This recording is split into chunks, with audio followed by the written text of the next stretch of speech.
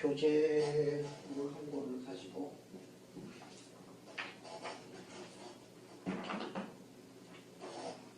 이걸 매주 갖고 왔네요. 자, 그러면 1장을 펴요.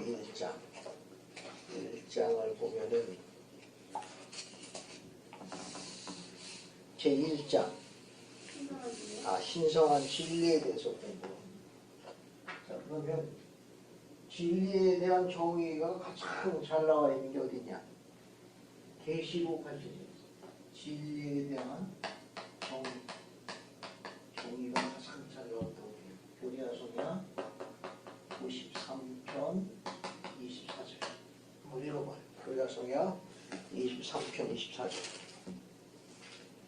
교리야서냐 93편 24절을 찾아가서 한번 크게 읽어봐요.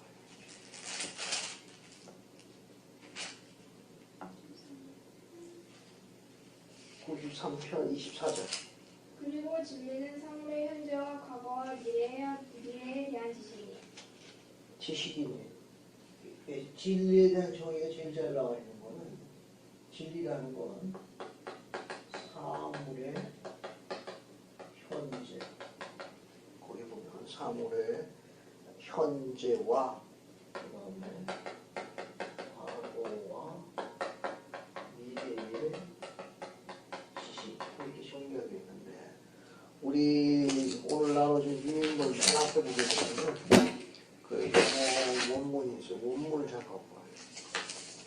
이게 맨 앞에 1-1-1을 거기 보게 되면 훨씬 더 재미있는 표현이 있는데, 진리란 우리가 갖고 있는 교리야서 93편 24절을 이 성구 위치를 기억을 해야 돼요. 진리에 대한 뜻이 굉장히 많이 있는데, 우리는 어떤 학설이나 어떤 가르침을 의존하는 게 아니라 주어진 계시에서 주어진 정의가 뭐냐?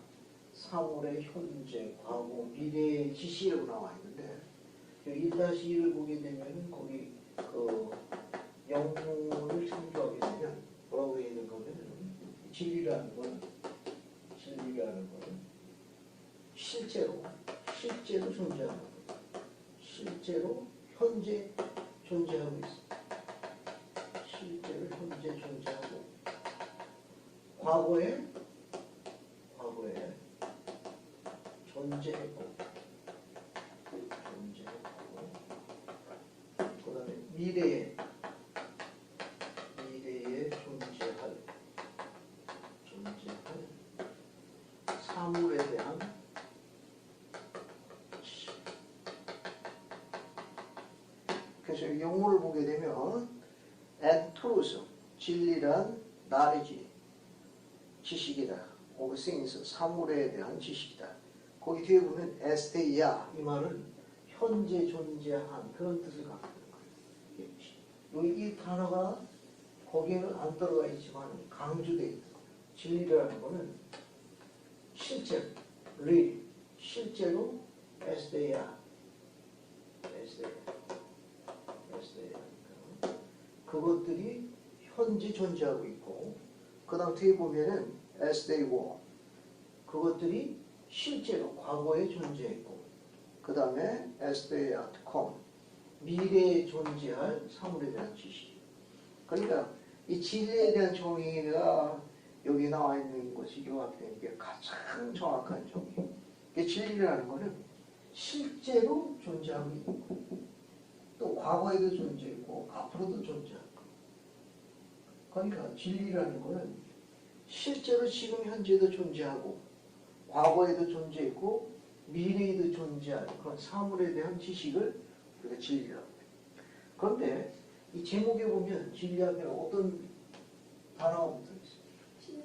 신성한이라는 뜻은 왜 붙어 있는가 하면은,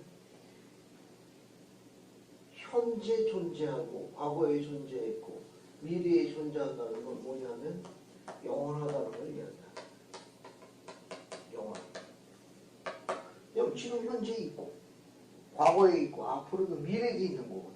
그게 영원한 거.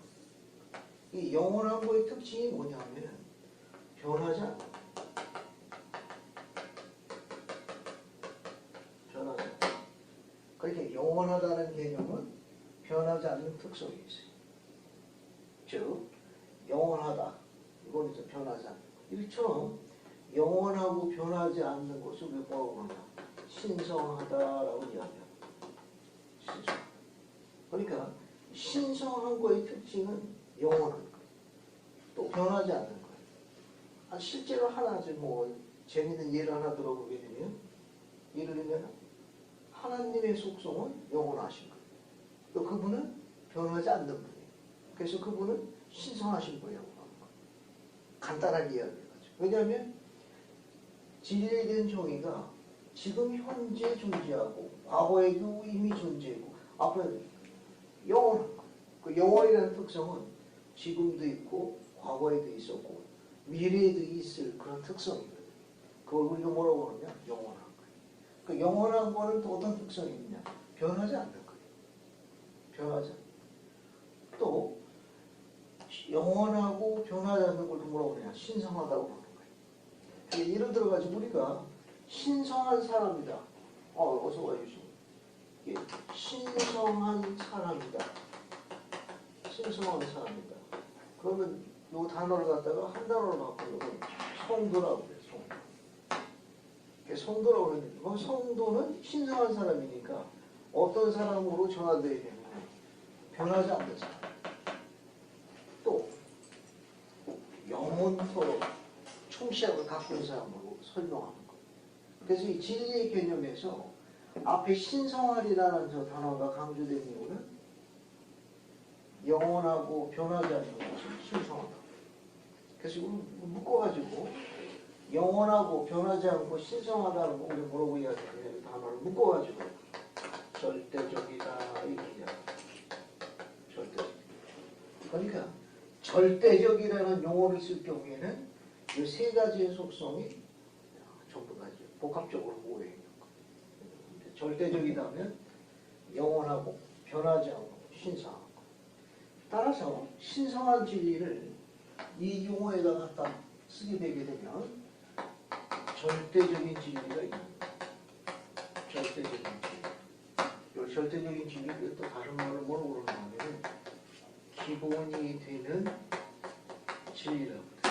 그래서 기본이 되는 진리를 찾아보겠다 그런 말이에요. 여기 보면 우리 이게 교재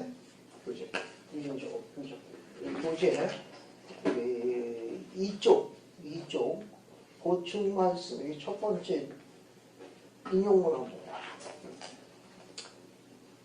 찾았어요? 거기 신성한 진리는 절대적인 존재. 거기 인용문에 보게 되면 절대적인 진리, 기본이 되는 진리가 5개가 숨어 있어요. 5개가. 그거 들어가기 전에 이 진리에 대한 개요를 요약해 보죠. 교재 여기 교리적인 개요 가본을 봐요. 가본 보면 뭐라고 나와 있어요? 거기 신성한 진리는 절대적인 존재. 자, 첫 번째 진리는 여기 칠판에 설명한 거예요. 진리는 실제로 현재 존재하며 과거에 존재했고 미래에 존재할 사물에 대한 지식. 금방 설명한 거예요. 그 다음에 두 번째 진리는 뭐라고 되어 있어요? 진리는 영원하다. 이거 설명했어요. 설명한 거. 세 번째 신성한 진리는 뭐다? 절대적이다. 이제 금방 설명한 거. 그러니까 신성한 진리는 절대적인 진리 혹은 다른 말로는 기본이 되는 진리라고 그래요. 그러면 여기 우리 교재에 나와 있는 요 직사각형 안에 있는 거 한번 다시 한번 읽어보죠. 그래서 권주진 자매가 하나님께서 한번 다 읽어볼래요.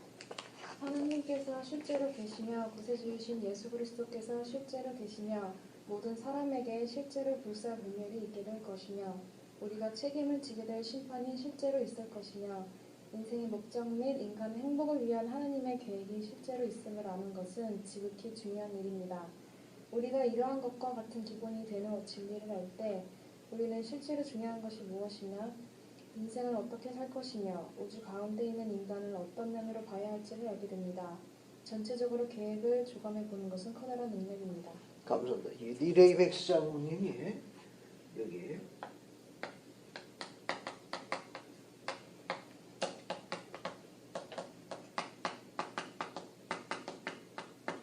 니네 맥스 장로님이 절대적인 진리, 기본 있는 진리를 모두 5개를 이야기했어요.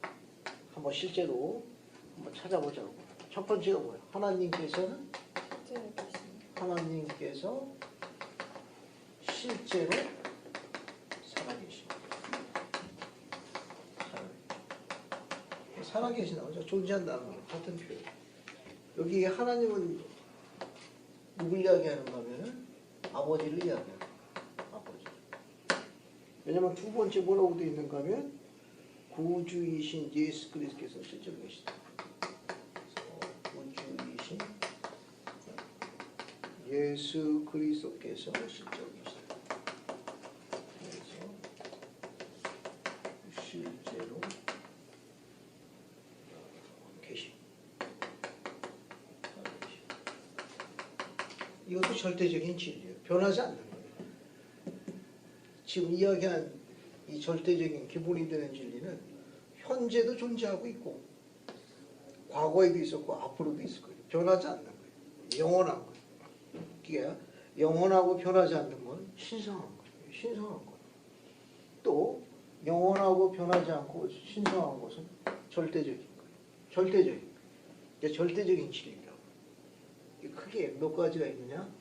니레이 맥스 장로님은 5가지 주장한 거예요. 그 중에 첫 번째는 하나님 아버지께서 실제로 살아계시다. 이 단어가 다 강조돼 들어가 있는 거예요. 전부 다. 강조돼 있는 거예요. 그래서 우리말에는 그냥 사물의 현재와 과거와 미래로 되어 있지만 영문을 보게 되면 as they are, as they were, as they are to come 실제로라는 단어가 강조되어 있는 거예요. 실제로. 그래서 구주이신 예수께서 실제로 살아계시다. 그 다음에 세 번째는 우리가 책임지게 될 심판의 실제로 있을 것이다. 그렇죠? 우리가 책임지게 될 심판이 실제로 있다는 거예요. 실제로 있어. 실제로 있어. 심판 실제로 있어. 네 번째는 하나 중간에 하나 빠졌네. 불사분열 빠지셨어요. 모든 사람에게 실제로 그 불사불멸을 오늘날 불멸로 번역해. 불멸. 그러네 이게. 여기 하나가 빠졌네. 저 우리 모두의 모든 사람에게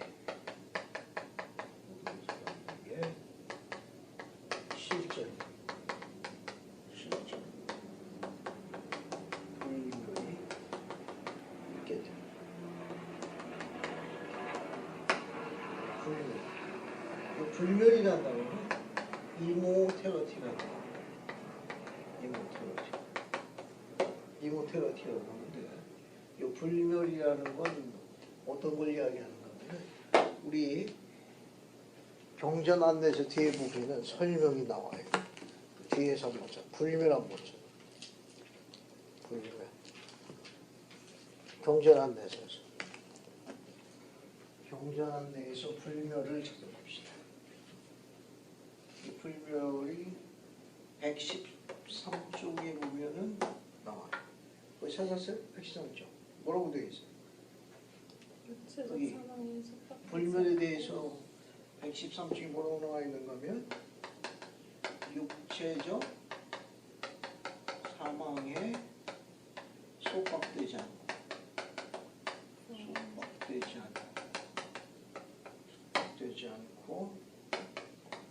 부활한 상태에서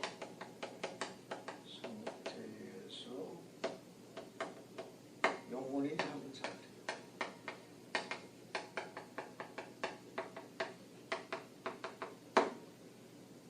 이게 불멸이라고 나와 있는데 모든 사람이 실제로 불멸, 이모텔러티라고 육체적 사망에 속박되지 않고 부활한 상태에서 영원히 사는 걸 뭐라고 그러느냐? 불멸이라고. 그러니까 육체적 사망에 속박되지 않는다는 건 부활의 결과로 이렇게 된 거예요. 부활의 결과. 즉, 이 말은 다른 말로 바꿔 쓰게 되면 우리 육체와 영이 다시는 분리되지 않도록 부활의 결과로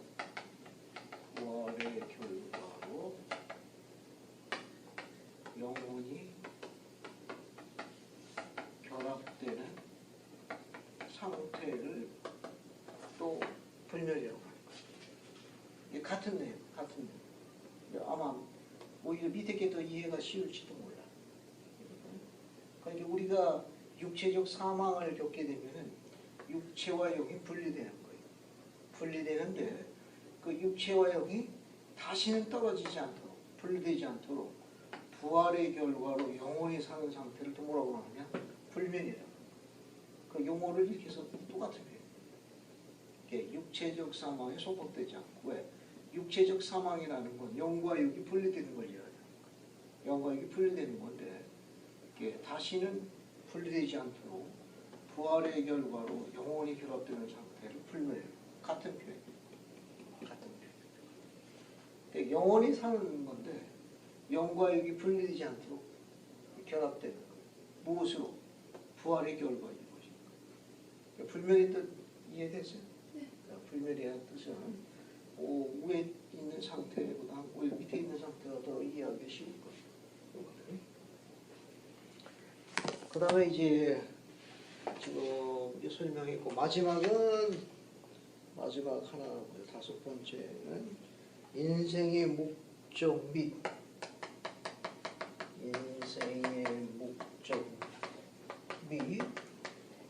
인간의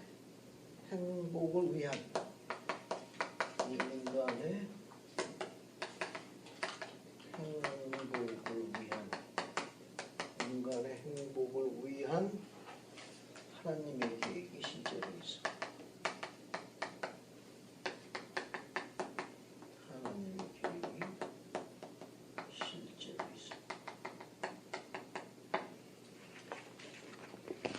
자, 지금 공부한 이 다섯 가지는 기본이 되는 절대적인 진리. 이 진리는 제목에 나와 있는 대로 신성한 진리. 이 진리는 현재도 존재하고 있는 거예요. 또 과거에도 존재했고 앞으로도 존재하고 변하지 않은 거예요. 영원한 거예요. 그래서 니를 메시아님이 이야기한 이 다섯 가지는 주의 깊게 본 표현입니다. 자, 그러면 우리는 여기까지 공부한 거에 의해서 뭘 할 수 있는가 하면은 이 기본이 되는 절대적인 진리를 통해 가지고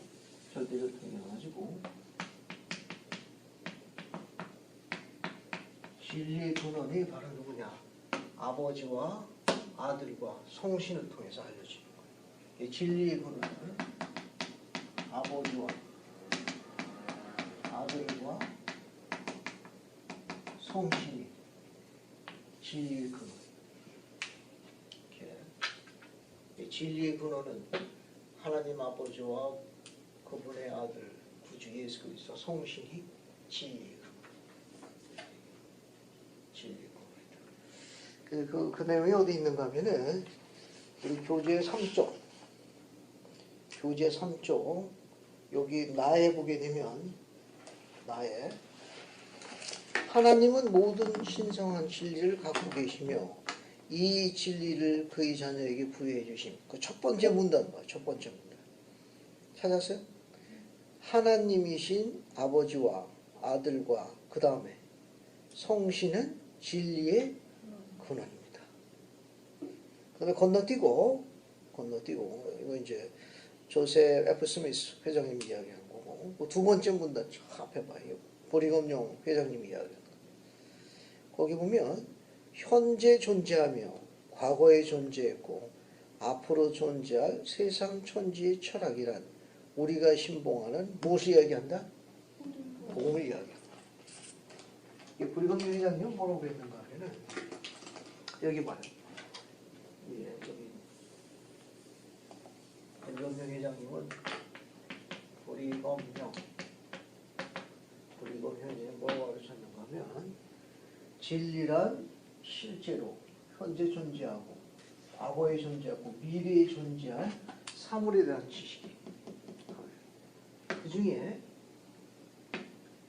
영원하고 변하지 않고 신성한 절대적인 진리에 대해서 맥스웰 장로님은 5가지를 설명한 거예요. 하나님께서 실제로 살아계시다. 즉 하나님 아버지께서 실제 살아계시다. 또 그분의 아들 구주이신 예수 그리스도가 실제로 살아계시다. 또 우리가 책임지게 될 심판이 있게 될 것이다. 모든 사람에게 불멸이 있게 될 것이다. 또 인생의 목적하고 인간 행보는 하나님의 계획이 실제입니다. 이 내용을 하나로 통틀어 가지고 뭘 바꿀 수 있는 거예요? 브리감용 회장님은 지금 이 절대적인 진리를 다른 말로 뭐라고 설명한 거예요? 이게 복음. 예수 그리스도의 복음이 진리. 예수 그리스도의 복음이 곧 진리. 브리감용 회장님은 그렇게 설명한 거예요. 왜? 이게 다 복음 아닐까? 내용을 한번 잘 보라고.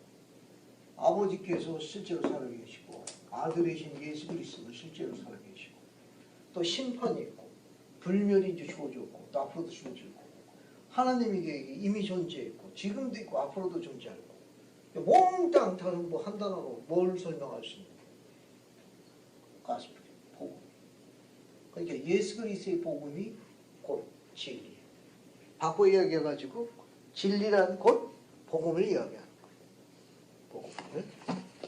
정리됐어요? 그러니까 선지자의 가르침은 뭐냐면은 선지자의 가르침은 곧 뭘 설명했는가 하면 진리란 복음을 이야기하는 거예요. 복음을 이야기하는 거예요.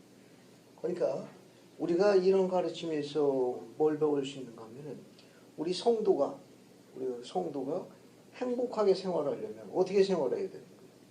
이 성도가 행복하게 생활하려면 진리에 따라 생활해야 돼요.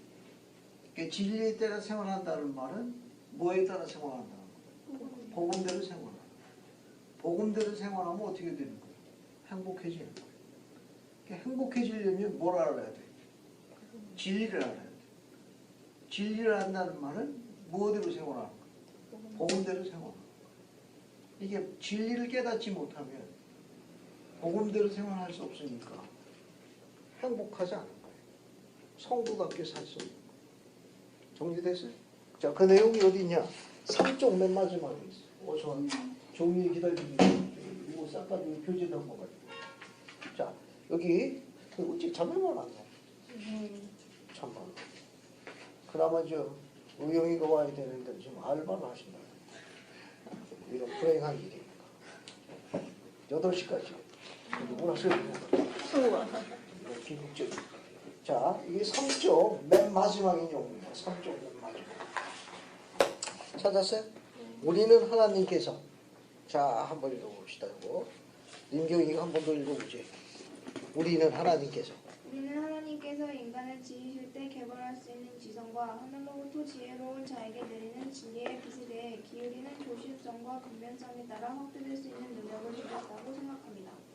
또한 우리가 완전을 향하여 가까이 나아갈수록 시야가 더욱 맑아지고 기분이 더욱 커져 인생의 모든 악을 극복하고 죄를 짓고 싶은 욕망을 잃는 경지에까지 이르게 된다고 생각합니다. 그리하여 고대인들과 같이 창조자의 권세와 영광에 둘러싸이는 신앙의 경지에 도달함으로써 하나님과 함께 살게 된다고 생각합니다. 그러나 어떤 인간도 단숨에 이런 경지에 이를 수 있다고 생각하진 않습니다. 감사합니다. 여러분 거기 보게 되면 중요한 게 있어요. 하나님께서 인간을 지실 때 개발할 수 있는 지성과 하늘로부터 지혜로운 자에게 내리는 진리 빛에 대해 기울이는 조심성과 근면성에 따라 확대될 수 있는 능력을 주셨다고 생각합니다. 우리가 완전을 향하여 가까이 나갈수록 시야가 더욱 맑아지고 기쁨이 더욱 커져 인생의 모든 악을 극복하고 죄를 짓고 싶은 욕망을 잊어버리는 경지에까지 이르게 된다고 생각합니다. 여기에 해당되는 성구를 갖다가 교리할 성역에서 찾아서 읽어볼 거예요. 여러분은 읽는 성구 내용을 잘 듣고 몇 편 몇 절이 있는지 찾는 거예요. 부피와 무게를 잘 보고. 준비되세요? 내가 지금 읽을 테니까 여러분 잘 아는 성구예요. 잘 들어봐요. 우선 잘 들어야 찾으니까. 이 생에서 우리가 얻는 예지의 원리는 어떠한 것이든지 부활할 때 우리와 함께 일어나리라. 만일 어느 사람이 이 생에서 자신의 부지런함과 순종을 통하여 다른 사람보다 더 많은 지식과 예지를 얻는다면 장차 올 세상에서 그만큼 이익을 교례사 몇 편 몇 절에 나오냐 하는 거예요. 여러분들 이거 많이 들은 성분이에요. 힌트. 125편부터 130편 사이에 있어요. 절은 15절부터 20절 사이에 있고, 자, 125편부터 130편 사이에 있는 짝수편. 뭐 다 쓰던데.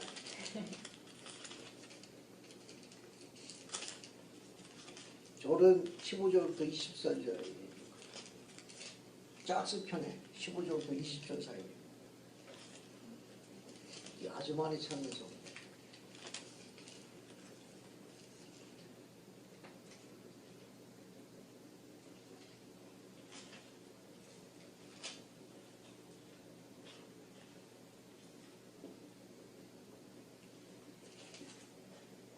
아직도 찾고 있나?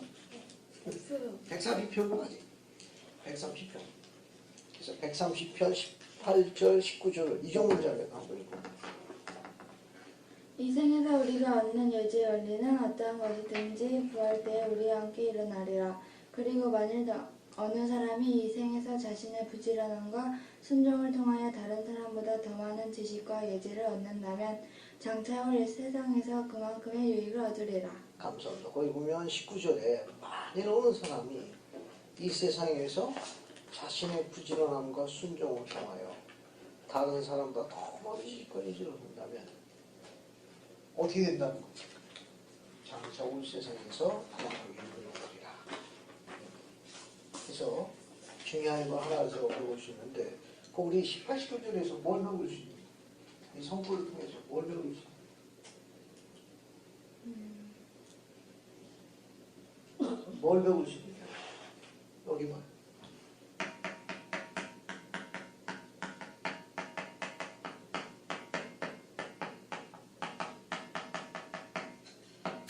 신앙은 뭐가 돼? 빈칸은 맞지.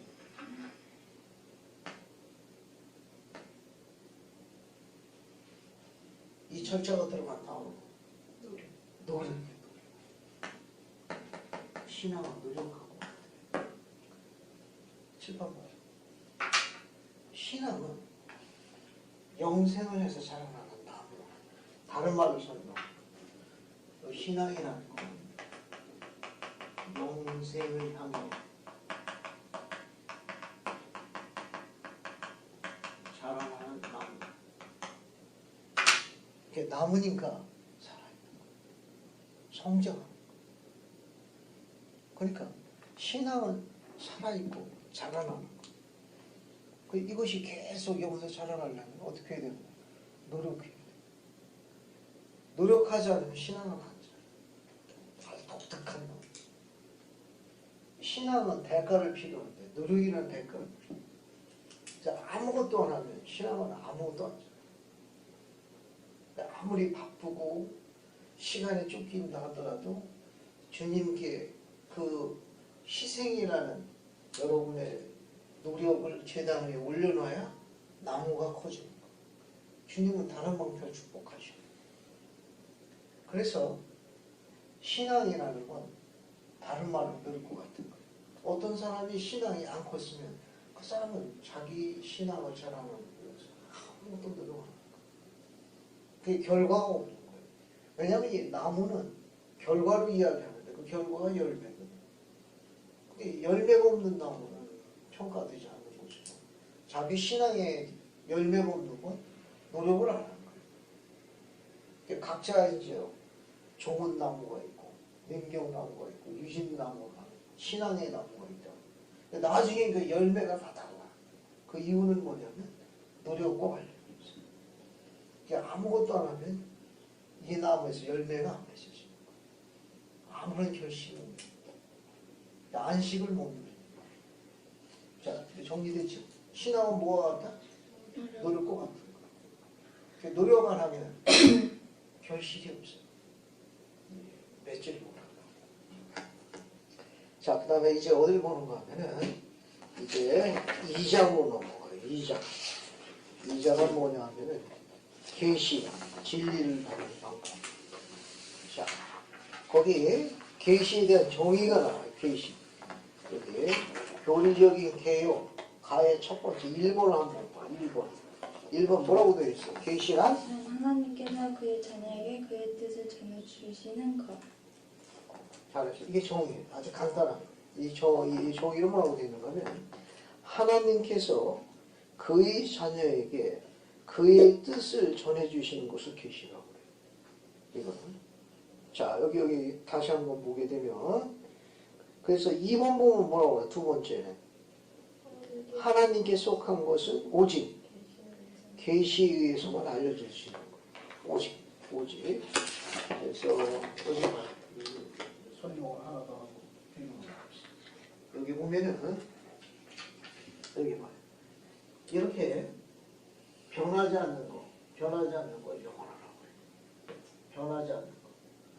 지금도 있고 과거에도 있고 앞으로도 있을 거예요. 이건 뭐냐? 변하지 않는 거예요. 변하지 않는 건 영원한 거예요. 또 변하지 않고 영원한 것은 왜 뭐라고 해요? 신성한 거. 780분. 변하지 않고 영원한 거. 변하지 않고 영원한 건 신성한 거. 변하지 않고 영원하고 신성한 건 뭐예요? 절대적인 거예요. 이건 전부 하나님의 것이라고. 이건 하나님의 것이. 하나님의 것이.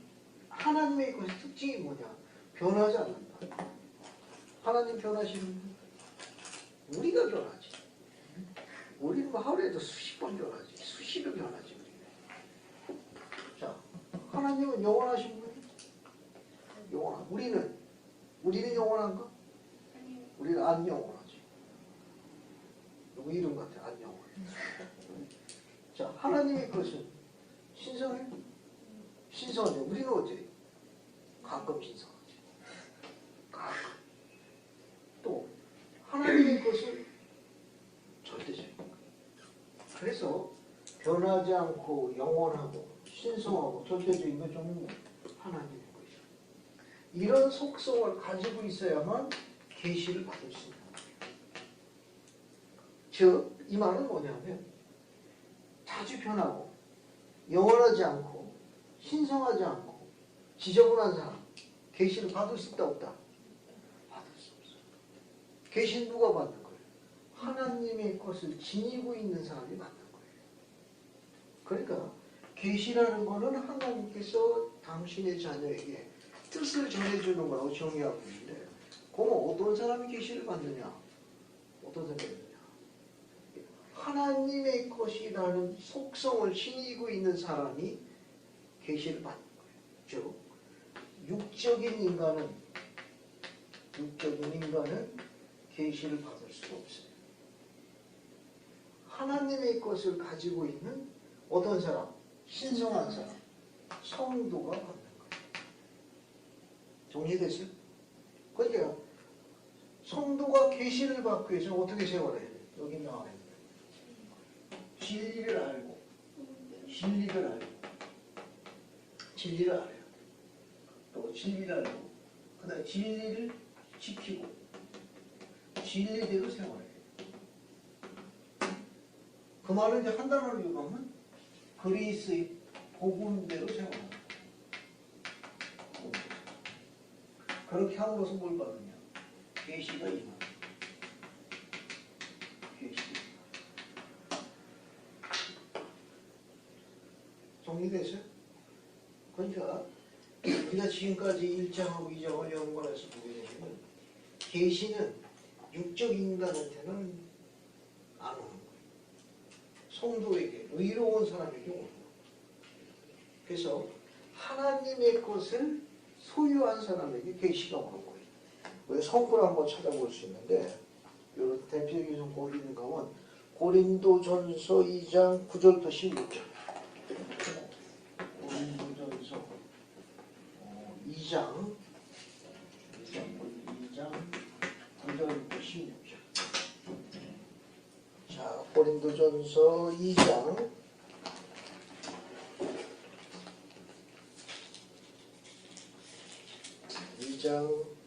9절부터 16절까지 한번 그래서 한번 읽어보죠. 권유진 자매가 9절부터 11절까지 읽고, 어쨌든 9절 11은 되겠네. 권자매가 9절 10절, 종훈이가 11, 12절, 그 다음에林경이가 13, 14절, 15, 16절은 내가 읽고. 사이좋게. 자, 시작해. 기록된 바 하나님이 자기를 사랑하는 자들을 위하여 예비하신 모든 것은 눈으로 보지 못하고 귀로 듣지 못하고 사람의 마음으로 생각하지도 못하였다 함과 같으니라. 오직 하나님의 성령으로 이것을 우리에게 보이셨으니 성령은 모든 것 곧 하나님의 깊은 것까지도 통달하시느니라. 사람의 일을 사람의 속에 있는 영 외에 누가 알리요? 이와 같이 하나님의 일도 하나님의 영 외에는 아무도 알지 못하느니라. 우리가 세상의 영을 받지 아니하고 오직 하나님으로부터 온 영을 받았으니 이는 우리로 하여금 하나님께서 우리에게 은혜로 주신 것들을 알게 하려 하심이라. 우리가 이것을 말하거니와 사람의 지혜가 가르친 말로 아니하고 오직 성령께서 가르치신 것으로 아니 영적인 일은 영적인 것으로 분별하느니라. 육에 속한 사람은 하나님의 성령의 일들을 받지 아니하나니 이는 그것들이 그에게는 어리석게 보이며 또 그는 그것들을 알 수도 없나니 그러한 일은 영적으로 분별되기 때문이라. 자, 그래요. 거기 보면 이제 신령한 자는 모든 것을, 즉 영적인 자는 모든 걸 판단하나 자기는 아무 일을 판단받지 아니하니라. 누가 주의 마음을 알아서 주를 가르치겠느냐. 그러나 우리가 그리스도를 몸가졌느니라. 지금 사도 바울이 뭘 가르치는가 하면은 계시를 받기 위해서는 몇 가지 조건이 필요하고 좀 설명하는 거예요.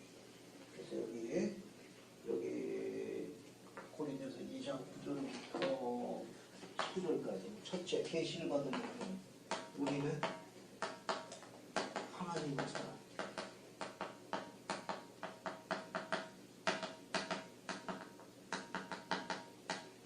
그래서 그 설명을 저 여기 강조하고 있는 거예요. 그 다음에 이 내용이 저 9절에 있는 거예요. 9절 보면 기록된 바 하나님이 자기를 사랑하는 자를 위하여 예비하신 거예요. 그게 바로 계시.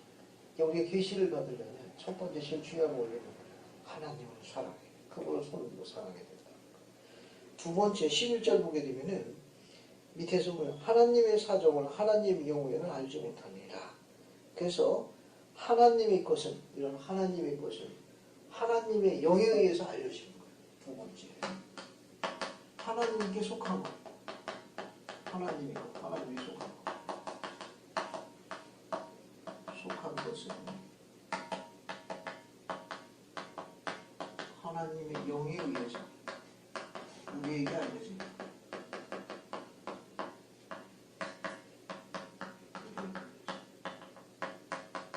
우리에게 알려집니다.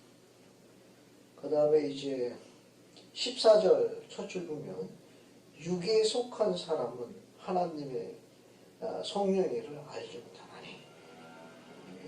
육에 속한 육적인 사람이요.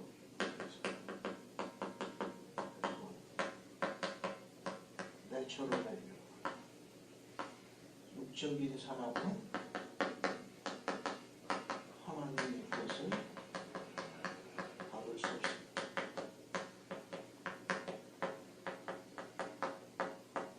받을 수 없습니다. 여기 육적인 사람, 육적인 인간 다 같은 표현이에요. 육적인 인간, 육적인 사람. 우리 경전안내서에 설명이 있으니까 찾아봐요. 육적인 사람 뒤에 경전안내서 한번 찾아봐요. 어떤 사람이 육적인 사람인지.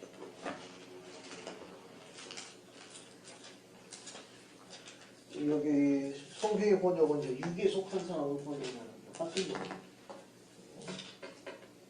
육에 속한. 경전안내서는 육에 속한 사람으로 나오는 거예요. 찾았어요? 네. 몇 쪽이 나와? 229. 229쪽. 거기 보면 성령의 인도보다 229쪽 경전하면서 229쪽에는 성령의 인도보다 열정, 욕망, 욕구 그리고 육의 감격의 영향을 받아 선택하는 사람. 그러한 사람은 육체적인 것은 이해할 수 있으나 영적인 것을 이해할 수 없다. 이 말은 뭐냐? 육체적인 게 이해할 수 있다. 본능대로 생활하는 거예요. 통제력이 없는 거예요. 자제력이 없고. 육체적인 것을 이해할 수 있으나 영적인 것을 이해할 수 없다는 건 뭐냐면 본능대로 생활하는 거예요. 즉 육에 속한 사람은 본능대로 생활하는 거예요. 화날 때 화나고 참을 줄 모르는 거예요. 이런 사람 우리가 낮은 편으로 뭐 같은 사람이야? 가려놓기.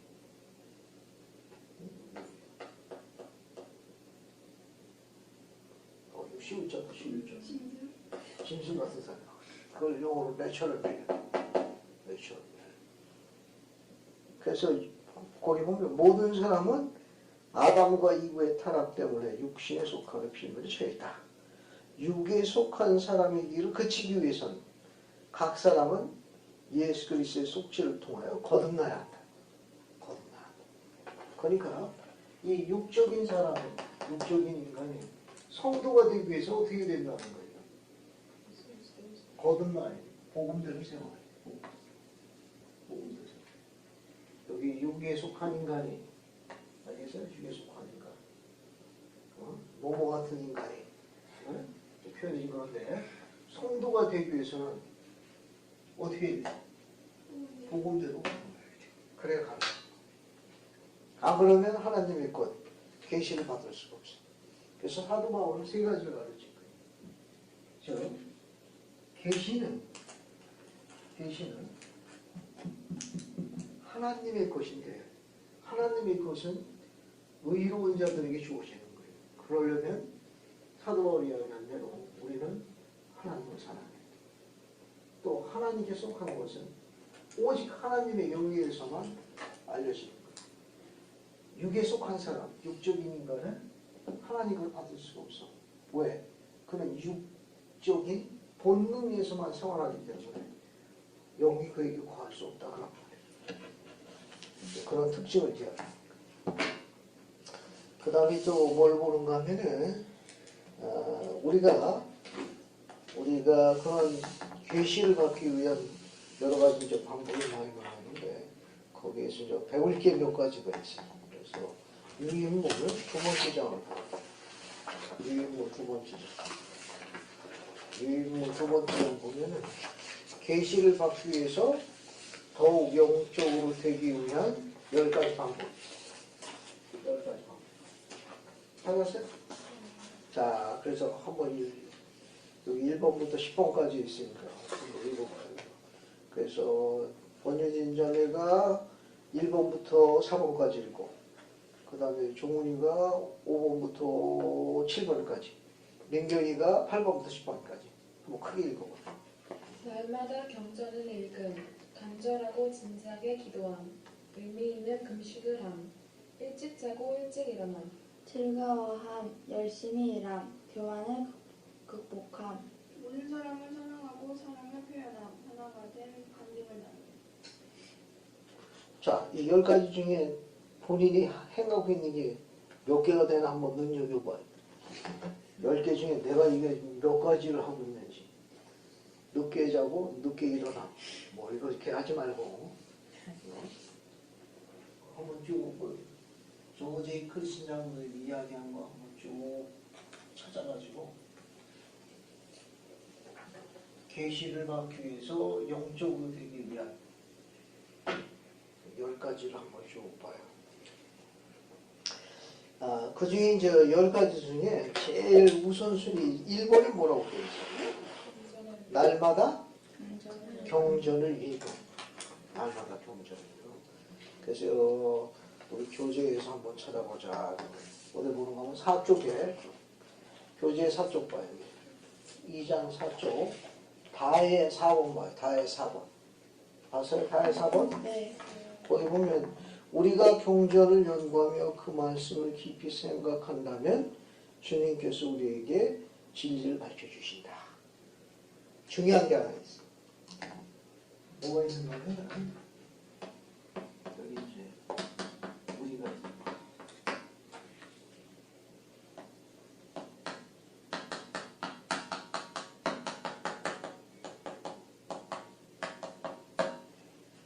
하나님과 우리와의 거리.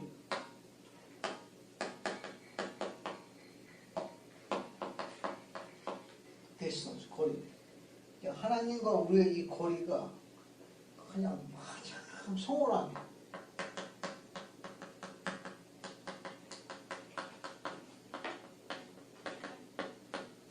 느껴질 때가 있습니다.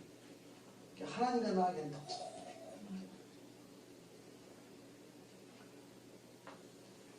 하나님이 나와 가까이 계시다.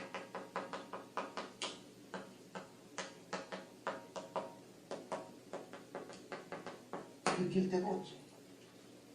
뭐 할 때 하나님이 정말 나하고 가까이 계시다. 나와 그때 언제 느끼는 거야? 경전일 때. 경제일 때 또 공과할 때. 공과할 때. 공부할 때 기도 기도할 때.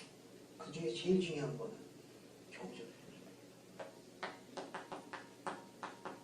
경전은 영을 리턴하고 영을 돌아오게. 더 삭히 설명하는 데는 경전을 읽으면 영을 초대하게 돼요. 영이 다시 되도록. 제일 좋은 방법은 경전을 매일 읽는 거예요. 경전을 매일 읽으면 하나님과 나와의 관계를 아주 소원하게 느끼는 것이 very close, 내가 그러니까 중요한 거는 매일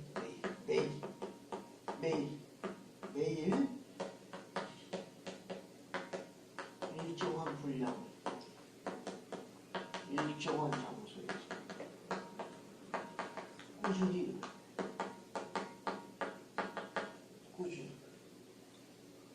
아주 정기적으로 해야 돼. 그러면 여기 훨씬 더 초대돼. 여기 훨씬 더 초대. 매일 경전을 매일. 중요한 거는 여기 이 단어 매일이라는 단어에 중요해. 이 매일이라는 단어에 중요해. 이게 변화의 힘.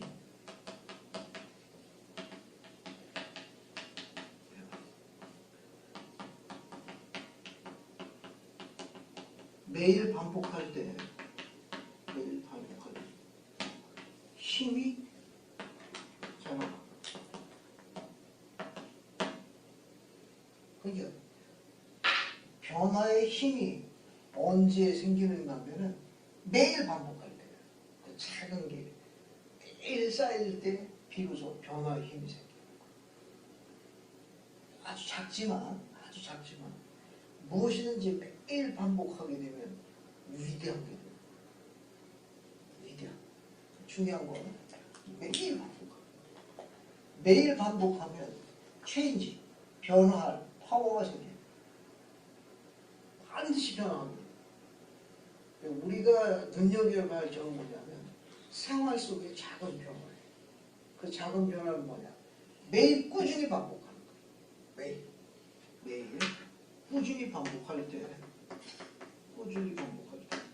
그 작은 변화가 쌓여가지고 힘을 가져. 변화의 힘을 가져. 매일.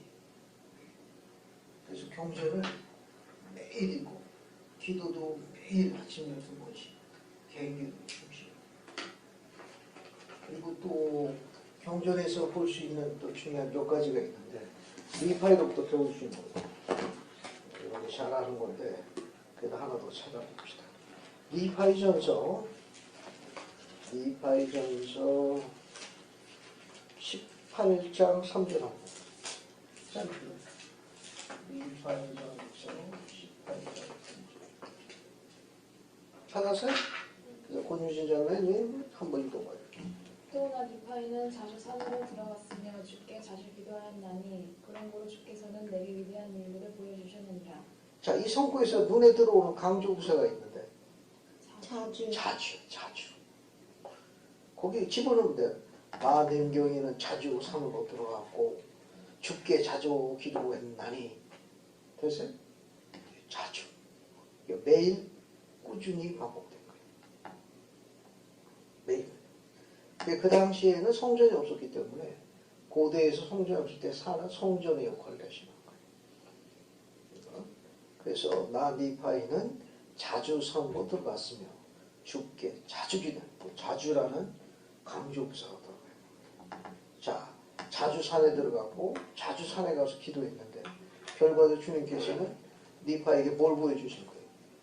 위대한 일을 보여주신 거예요. 위대한 일을 보여줬다는 거는 계시를 받은 거예요. 영감을 받은 거예요. 자, 우리가 그 교재에 나의 두 번째 용어, 두 번째 용어. 교재 나에서 하나님께서 다양한 방법을 주고 계셨어요. 여기 중간 부분 두 번째 거 봐요. 봤어요? 거기 보면 영감이란 계시의 한 가지 형태 및 정도를 뜻합니다. 조용하고 작은 음성으로 영의 속삭임으로 성신의 권고로 임하는 것이 바로 계시입니다. 영감은 모두 계시 속합니다.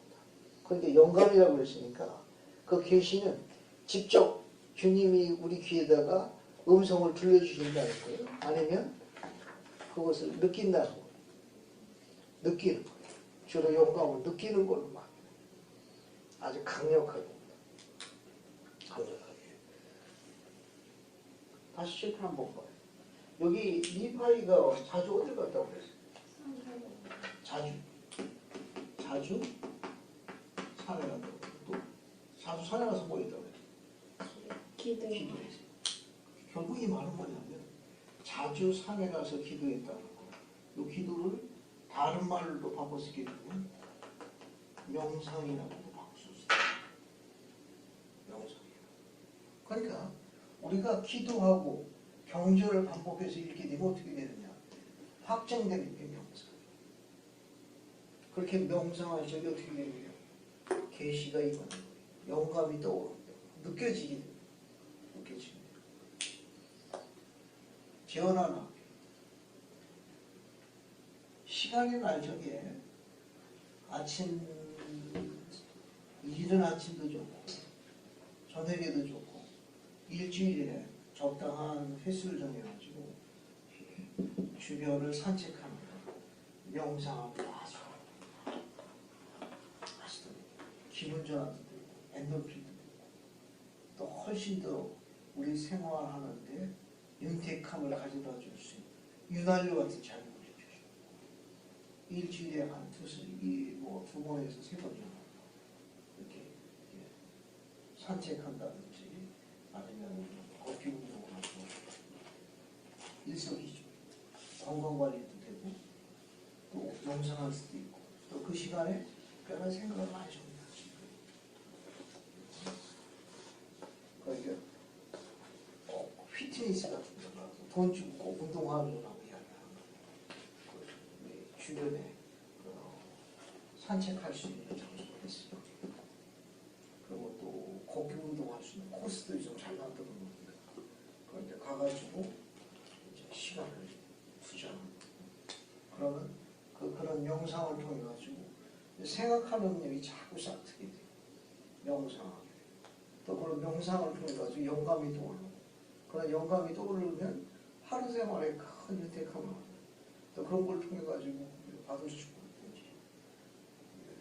굉장히 그 생각이 넓어지게 되고 마음이 상당히 그런 수용하고 포용할 수 있고 공간이 잡혀가지고 거기다 또 관절이 좋아지지. 좋은 공기 마시니까 폐활량 늘어나지. 또 폐활량 늘어나니까 또 혈액순환 잘 되고 얼굴도 그냥 좋고 여드름 날 시간도 아주 팽팽해지고 일석이조. 지금 이게 설명할 이유 중에 중요한 이유는 뭐냐면 자기 몸을 가꾸지 못하는 사람은 계시밖에 못한다. 코 건날 아파갖고 언제 계시받아? 맨날 병원 가서 대기실에 앉아있어야지. 계시받기 힘든다. 계시받으려다가 주사 들어오고 다 도망가. 그러니까 우리가 가지고 있는 행복의 다른 근원은 육신을 잘 관리하는 거예요. 우리 육신을 잘 보살피고 관리해서 적절한 운동과 휴식을 염두에 둬야 돼요. 그래서 컨디션을 잘 유지하는 거예요. 그래야 명상을 통해서 영감을 받을 수 있는 준비를 할 수 있다. 피곤하면 힘들어요. 지치고 힘들어요. 그 적절한 운동과 그런 휴식을 적절하게 배분해가지고 영감을 받을 수 있는 우리 육신을 가꾸는 것도 아주 바람직합니다. 아주 바람직합니다. 자, 그래서 또 어디를 보는가 하면은 여기 5쪽에 여기 답어를 봐요. 다. 우리는 계시를 받기 위해 합당해야 함. 찾았어요? 그 첫 번째 봐요. 계시는 뭐라고 되어 있어요? 우리의 신앙을 통해서 이게 주어지는 거예요. 노력해야 돼. 계시 받기 위해서 노력해야 돼. 아무것도 안 하면 계시가 안 주어져요. 그러니까 자주 기도하고 매일 경전 읽고 명상하고 이처럼 우리가 노력을 해야 계시가 그렇게 주어지는 거지. 그냥 아무것도 안 하고 계시야 오너라, 계시야 오너라, 오긴뭐가 와, 길계시가 와, 본계시가 와, 올 아무것도 없어요. 우리는 우리 신앙을 통하여 우리에게 주어집니다. 주님은 만일 교회 회원들이 받을 준비를 한다면 계시해 주실 많은 것을 보류해 두고 계십니다. 우리가 준비가 안 돼가지고 보류되는 거예요. 우리가 준비가 되어지면 더 많은 계시가 주어지는 거예요. 더 많은 계시가.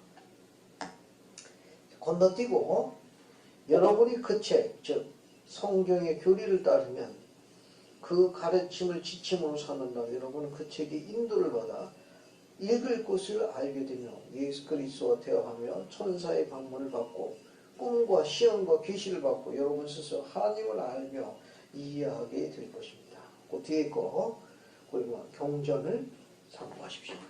아주 재미있는 그 경전에 관한 사행시 비슷한 시를 하나 만들 수 있어요. 보통 그래서 경전을 읽으면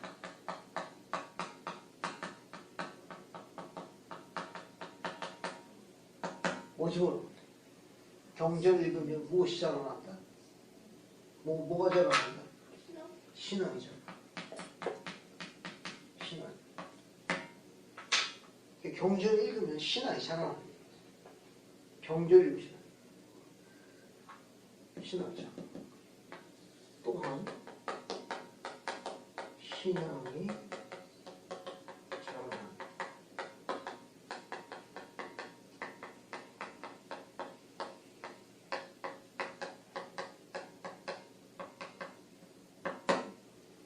신앙이 자라면 하나님이 뭘로 기를까?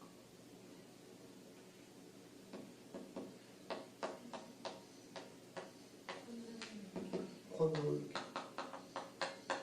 권능. 다른 말을 이해해야 되면 하나님의 손길. 나죠. 경전을 안 익히면 하나님의 인도하신 손길에 대한 간증을 갖기가 어려워. 그 시작이 뭐냐? 경전 읽으면 굉장히 즐겁고 재미있어요. 그게 이런 권고를 할 수 있는 거예요. 경전 읽는 게 지루하다고 생각하지 말아요. 경전을 읽고 명상하는 것만큼 흥미있고 익사이팅한 경험이 없어요. 경전을 사랑하게 되는 거예요. 자, 그래서 이 사행시키를 한번 따라서 읽어봐요. 경전을 읽으면 신앙이 자라난다. 신앙이 자라난다. 신앙이 자라나면 하나님의 권능을 느낀다. 하나님의 권능을 느낀다. 자, 이걸 가지고 우리가 또 다른 중요한 원리를 하나 설명하겠습니다. 스펜서 W 킴볼 스펜서 킴볼 회장이 뭐라고 하죠? 이렇게 가르쳤어요.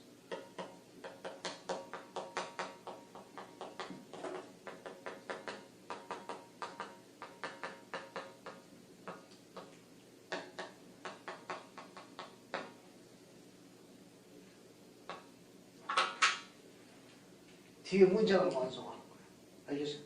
킴볼 회장이 설명하신 건데 한 남자를 사랑하기 이전에 먼저 체력을 기른다. 알겠어요? 아니면 뭔가를 한번 문장을 하나 만들어 보라. 문장에서 완성합니다. 한 남자를 사랑하기 전에 먼저 뭐뭐 한다. 경전을 사랑한다.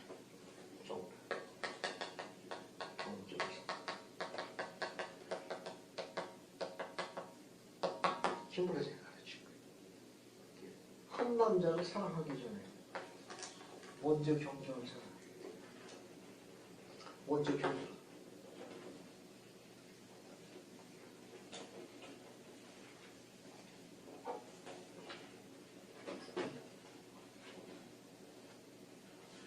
스펜서 올 킴블 회장의 이야기. 한 남자를 사랑하기 전에 먼저 경제를 사랑하십시오.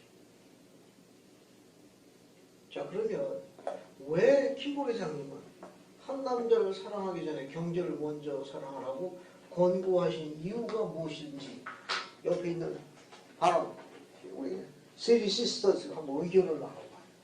왜 선지자서 이렇게 가르쳤느냐. 그 우리 저 이유를 알아야 경제를 읽지. 그동안 저 경제를 어디든지 잘 모르거든. 그래도 급할 때 이제 이렇게 찾아갖고 오는 거야. 요즘은 안식일날 갈 때 보니까 그렇더라고. 다들 맨몸으로 오는 거예요. 아니 경제도 안 갖고 와야 돼. 스마트폰 다 여기 안에 다 있어. 근데 못 찾으나 못 찾아도 조금 기다리세요. 지금 찾고 있는 중에. 그러더니 경제 갖고 오는 게 낫겠다. 응? 자, 의견 한번 셋이 같이 나눠보고. 왜 저렇게 공부하시는가? 자, 의견을 나눠봐요. 그래서 원주신 장로가 팀장이 돼가지고 의견을 좀 나눠보고 발표를 해요. 왜 이렇게 공부하셨을까? 이유가 뭔가?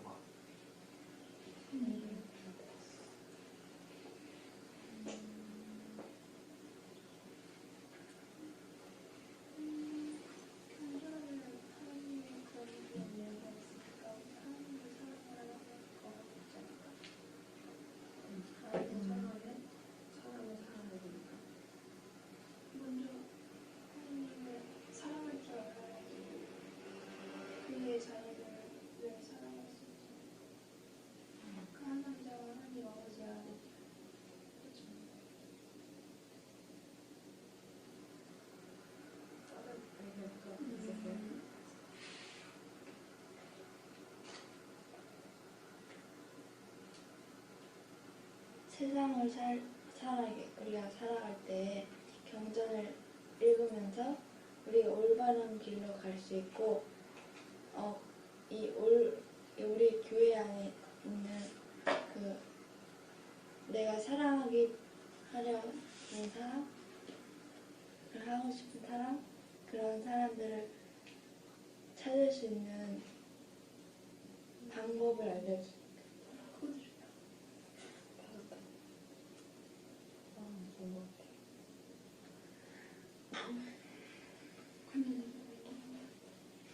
근데 그냥 표현적으로 보면 우리가 구원의 계획에 따라서 영원한 삶을 하려고 하잖아.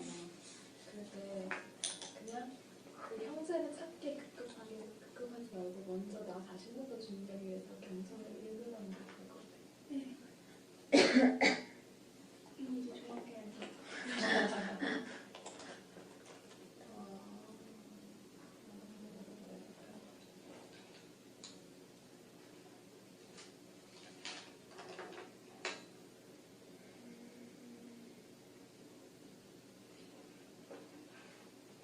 어떻게 다 의견이 정리된 거예요?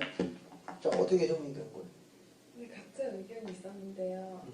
먼저 자매님께서는 저 경전을 읽는 게 경전이 하나님의 가르침이니까 경전을 읽음으로써 하나님을 사랑하는 마음을 갖게 되고, 그러면서 그의 자녀인 남자를 사랑하는 것을 자연스럽게 이해할 수 있고 하게 된다고 말씀하셨고, 또 이종원 장님은 경전을 읽음으로써 우리가 가르침들을 받고 가이드를 얻게 되잖아요. 그럼으로써 어떻게 더 좋은 남자를 선택하고 더 훌륭한 형제를 선택할 수 있는지 알게 된다고 하셨고, 저는 그냥 우리가 너무 요새 보면 독신들이 다 결혼을 하기 위해서 형제나 자매들을 그냥 막 찾으려고만 하잖아요. 눈이 빨갛지. 네, 그렇기 때문에 불빛이 계속 네, 그렇기 때문에 우리가 너무 그런 것을 목매기보다는 나부터 먼저 준비하기 위해서 경전을 먼저 사랑해야 된다고 말씀해요. 여기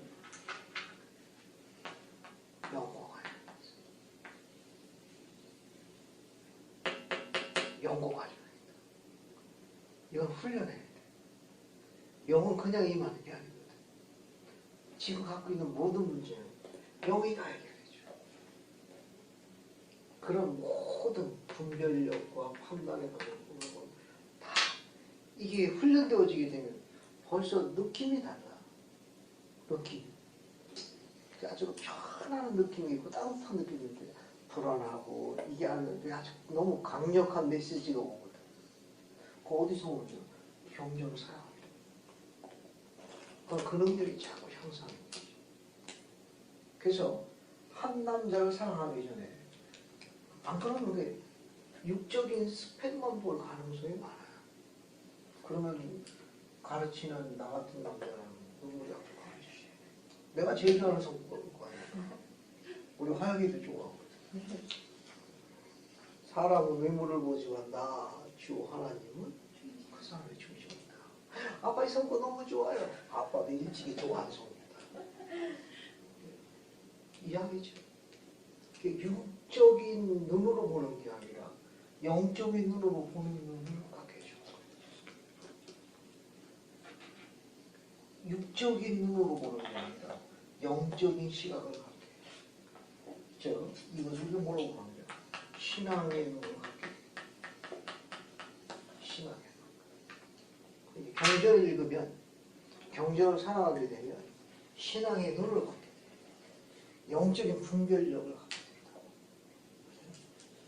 샘플 하나 예를 들어볼게. 샘플로. 자, 에베소서 5장 봐. 에베소서 5장. 에베소서 5장 샘플로 보자. 샘플로. 에베소서 5장 25절 한번 봐요. 315쪽에 있어요. 권유진 자매님 25절 한번 보고. 남편들아 아내 사랑하기를 그리스도께서 교회를 사랑하시고 그 교회를 위하여 자신을 주신 것이 알아. 감사합니다. 여러분 이 성구 어때요? 마음에 드시? 만약에 이것을 하나님의 남자로 양육되기를 소망하는 젊은이가 같은 방법으로 경전을 매일 읽으면 이것도 읽을 거 아닐까? 또 종교에 와서 이런 원리들 설명하고 배우게 되면 자연스럽게 준비되는 거예요. 여기 봐요.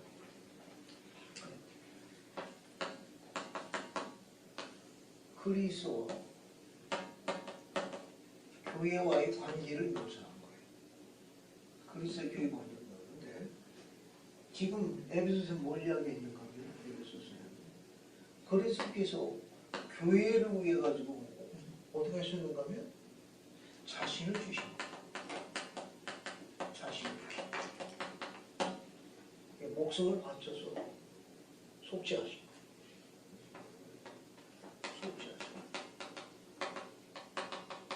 그 결과 교회는 그리스도가 어떻게 되냐? 순종. 그래서 그리스도는 뭘로 상징할 수 있는가 하면 남편으로 상징할 수 있어요. 여기 교회는 아내로 상징하지. 그리스도가 교회를 위해서 이게 먼저 한 거예요. And then 뒤에 있는 거예요. 그리스도가 교회를 위해서 뭐 하신 거예요? 자신을 주신 거예요. 그러면 남편이 아내를 위해서 먼저 어떻게 해야 돼요? 자신을 줘야 돼요. 그렇게 살아야 돼요. 목숨을 바쳐서 사랑하는 걸 확신시켜줘야 돼요. 그럼 아내는 남편에게 어떻게 돼요? 순종하는 거예요. 자발적인 순종하는 거예요. 세상에 이런 남자가 없는데 구하기 힘들거든. 그렇죠? 이런 영광을 만들어. 이런 영광. 뒤에 에베소서 같은 장 28절. 에베소서 5장 28절. 그래서 할인경 자매님 더 읽어봐요. 28절. 이와 같이 남편들도 자기 아내 사랑하기를 자기 자신과 같이 할지니 자기 아내를 사랑하는 자는 자기를 사랑하는 것이다. 어때? 이 정도로 마음에 들어요? 네. 여기 나와요. 남편들아 아내 사랑하기를 뭐같이 알아? 자기 몸같이 알아. 아내를 사랑하는 거 자기를 사랑하는 거. 이게 경쟁에 가르치는 거예요. 경쟁. 그러니까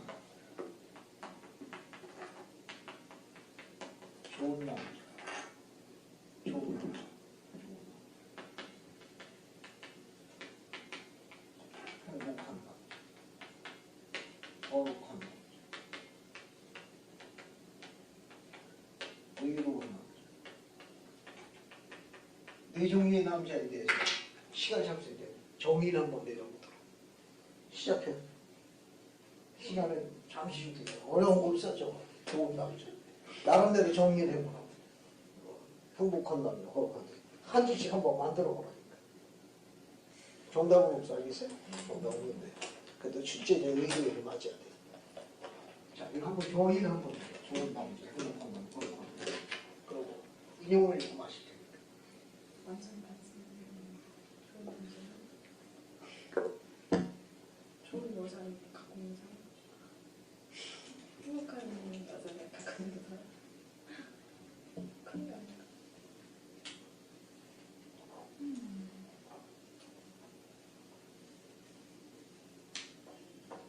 거룩한 여자는 모르는 여자가. 일단 자기 자신을 사랑하는 게 그거 중점으로 보면 좋은 남자, 행복한 남자, 거룩한 남자, 이런 남자는 자기 자신을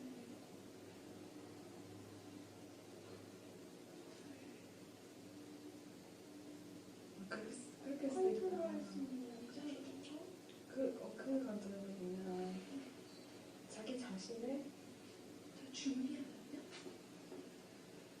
자기 자신을 행복하게 하는 남자가 아닌데 의료 상태에 거하는 남자.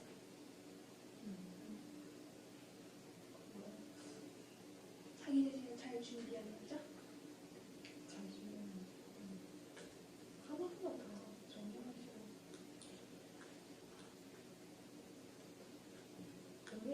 의외로 쉬울 수가 있어. 의외로 보세요.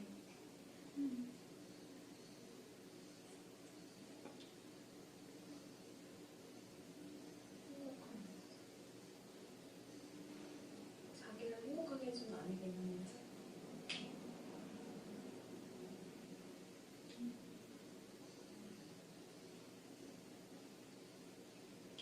좋은 남자.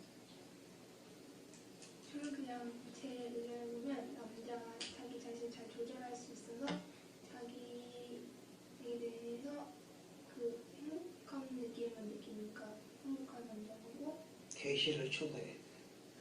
계시를 받으러. 재밌는 거지. 자기 자신을 잘 조절할 때 영적으로나 육체적으로나 이제 잘 준비하니까 경전을 잘 읽으면서 거룩하고 교회 안에서 순종을 할 수 있으니까 그런 남자가 있어서 저렇게 다 해서 좋은 남자가 되는 거죠. 발전단인가? 좋은 남자, 행복한 남자, 그리고 외로운 남자.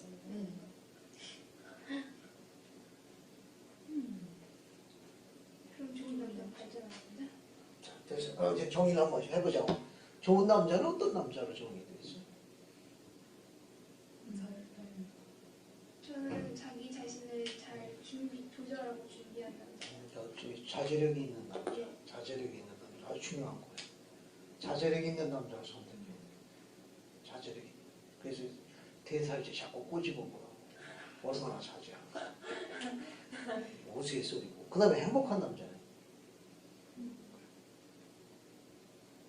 아내를 행복하게 해주는 남자. 아내를 행복해주는 남자. 좋은데.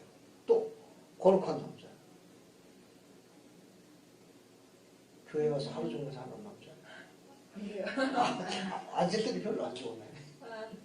성전 의식이나 교회 부름에 충실한 아, 교회 부름에 충실한 남자. 그럼 의로운 남자는? 하나님을 사랑하는 남자. 하나님을 사랑하는 남자. 그래요. 정의를 하나 내려보자. 이게 꼭 맞는 정의는 아니야. 근데 정의는 이런 거예요. 또 인용문 읽고 정의. 좋은 남자. 좋다는 것. 이 좋다는 건 선하라는 뜻이 있어. 좋은 남자, 선하를 제일 중요한 뜻이. 앞에 봐요. 아내를 사랑하는 남자. 아내를 사랑하는 남자는 다 선한 남자. 나쁜 남자는 아내 사랑하는 남자. 아시죠? 그 나쁜 남자. 아내를 사랑하는 남자. 그런 특징이 있어요.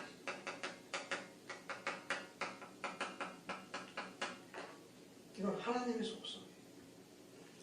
그 남자가 아내를 사랑하는 건 하나님의 속성에 속하는 거. 하늘에서 주는 은사예요. 나쁜 남자는 절대로 아내를 사랑 못해요. 경전을 읽으라니 이해하겠어요. 그 남자가 경전을 알아야만 아내를 사랑하는 거에 대한 이해를 하고, 그래서 계속 자식을 주고 자식을 주고. 행복하다는 거예요. 행복하다는 건 뭐 능력과 관련이 있어요. 능력. 부양 능력과 관련이 있죠. 그렇죠? 아내와 자녀에게 충분한 필수품을 제공할 수 있는 부양 능력을 가진 남자를 행복한 남자라고 해요. 어때요? 마음에 들어요? 네. 그래 행복한 거예요. 부양 능력과 관련해서 무엇을 아내와 자녀에게 필수품을 충분히 공급할 만한 능력을 갖게 되면 행복하게. 이게 행복한 남자. 여기 거룩하다는 건 뭐냐 하면은 지금까지 이야기한 부양 능력 외에도 하나님의 영을 지닌 남자예요. 하나님의 영을 지닌 남자. 이건 기본이고, 기본에다가 플러스 원모 뭐냐, 하나님의 영을 지닌 남자. 거룩한 남자. 자, 그다음 의로운 남자. 의롭다는 건 뭐냐 하면은 중요한 특징이 있어요. 가로놓기.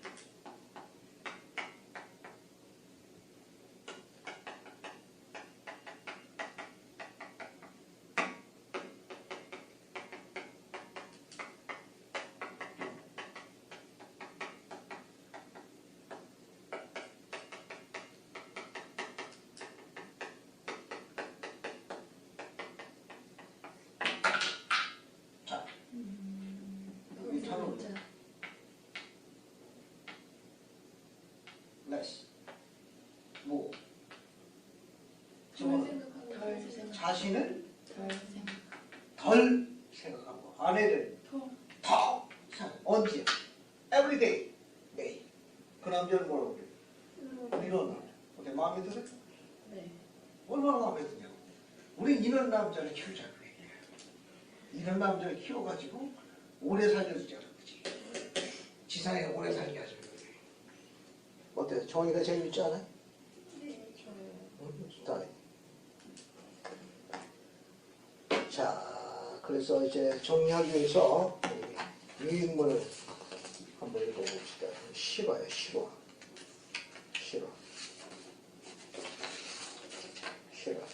자, 여기 봐. 유인물 보면은 조용히 들을 수 있는 시간. 1997년 3월호 송도입에서 발췌한 거. 여기 앞에 거 파라그래프 볼게요. 두 파라그래프는 실화예요. 찾았어요? 자, 여기 보면은 그날 전화가 걸려온 때로부터 악몽은 시작되었다. 15살 된 우리 아들이 마약과 알코올에 빠져 있으며 그것도 기간이 상당히 오래되었다는 사실을 수화기를 통해 한 부도로원소로 듣게 된 것이다. 너무나 큰 충격이었다. 우리는 군 부도원소로 아들을 데리고 가 마약 음용 테스트를 받게 했다. 테스트 결과 아들의 마약 음용은 지정 기준치를 초과했다는 것이었다. 그 주말에 우리는 우리 지역에 있는 사회복지지도소에 아들을 입소시켰다. 6.25 아들은 거기서 나왔고 나는 악몽이 이제 끝난 생각했다. 그러나 그것은 겨우 시작에 불과한 것이었다. 그로부터 2개월 후 아들은 마리화나를 소유하고 판매했다는 이유로 학교에서 검거되었다. 세월이 흘러 몇 년이 못해가 지나갔다. 아들의 마약 중독은 더욱 중증이 되었고 경찰의 검거되는 횟수도 늘었다. 불과 1년 동안 10여 차례 검거된 적도 있었다. 결국 아들은 6개월 동안의 징역형을 선고받았다.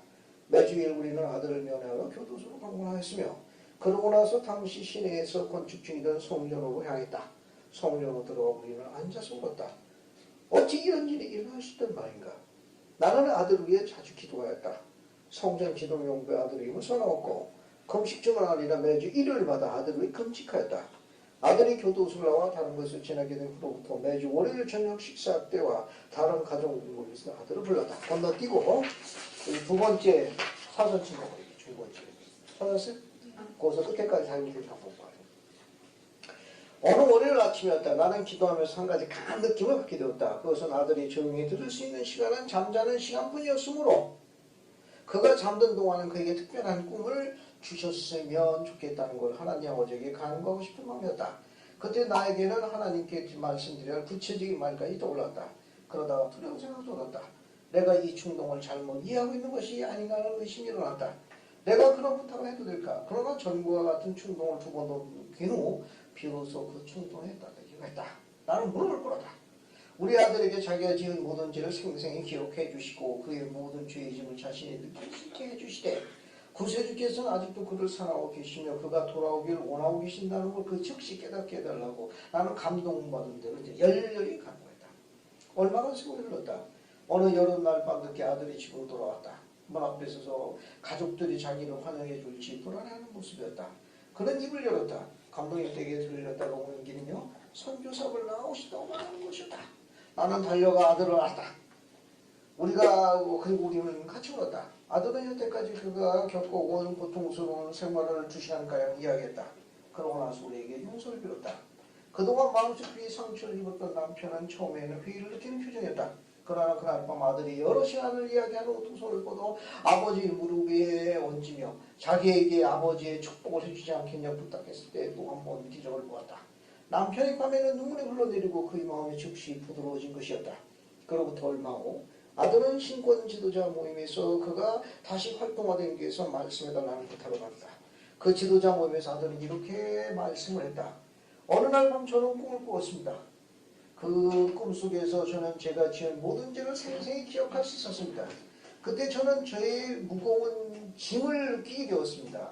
또 그러나 저는 또한 그분께서 나를 사랑하고 계시고 제가 돌아보면 그 즉시 알았습니다. 아들의 이야기를 듣는 나는 감격했다. 참으로 하나님 아버지께서 나의 진실한 금식과 기도에 대해 응답해 주셨으며 뿐만 아니라 당신의 자비로우신 지혜로서 내가 무엇에 관해 기도해야 하는지를 가르쳤다는 걸 비로소 알 수 있었다. 그로부터 18개월 후 아들은 드디어 전임 선교사로 봉사하도록 부름받았다. 그가 떠나기 전 성찬식에 참석한 이후로 무려 500명가량이 되었다. 하와이에서 우리 친구들도 왔다. 그들은 엮어 만든 푸른 하와를 가지고 왔는데 그것을 성찬식 시작기 전에 아들에게 선사했다. 이 하와는 전쟁에서 승리하고 돌아온 용사들에게 마을 사람들이 씌워주는 것이라고 그들은 설명하면서 아들이 말씀을 할 때 하와를 목에 걸고 하라고 당부하였다. 그러나 아들은 말씀을 시작할 때 하와를 목에 걸치고 있지 않았다. 나는 우리 친구들이 마음이 상해할까봐 걱정이 되었다. 하지만 말씀이 거의 끝나갈 즈음 아들은 드디어 하와를 들면서 하와에 관한 전설을 이해하기 시작하는 것이 아닌가. 자기는 진리를 싸우러 나가는 용사 같은 기분이 든다고 말하고 그러나 진짜 용사인 사람은 자기가 아니라 바로 여기에 따로 있다고 말하면서 그분은 전쟁에서 어렵게 싸워 마침내 승리를 거둔 사람이라고 말하는 것이다. 그러면서 나에게로 다가와 손을 뻗어 그 옆으로 나를 끌어당기더니 사랑스럽게도 그 하와를 나의 목에 걸어주는 것이었다. 시온의 부모되는 사람으로서 우리가 손길을 뻗어 노력하면 하늘에 계신 아버지의 도움으로 우리 잊어버린 자식을 되찾을 수 있는 권세를 갖고 있으나 확실히 알고 있다. 누가복음 15장 24절 이는 내 아들은 죽었다가 다시 살아났으며 내가 잃었다가 다시 얻었다. 어때요? 계시가 얼마나 중요한지 알겠죠? 복음대로 충실히 생활하게 되면 필요할 때 그 영감을 성신이 주죠. 복음대로 생활하면 성신이 우리에게 행할 것을 가르쳐줍니다. 아들이 제일 조용할 때가 잠잘 때뿐이 없으니까 그렇게 주님께 요구하고 그래서 아들은 그런 꿈을 꾸고 그래서 전임 성교사 공사에서 그 승리의 화환을 어머니한테 보여주는 것이고 그래서 계시가 얼마나 중요한지 또 우리가 진리를 알고 깨닫고 보험사는 얼마나 중요한지 그러니까 다음 주에는 3장 하나님 아버지에 관해서 그 다음에 4장 그의 아들 예수 그리스도 5장 성신 신에 대해서 공부합니다. 그래서 여러분 여기 교재에 나와 있는 거 한번 쭉 읽어갖고 와요. 그러면 이번 학기에 이 37장 구성된 교리를 공부할 거예요. 그러면 여러분의 이해력이 꼭 이상 봐야죠.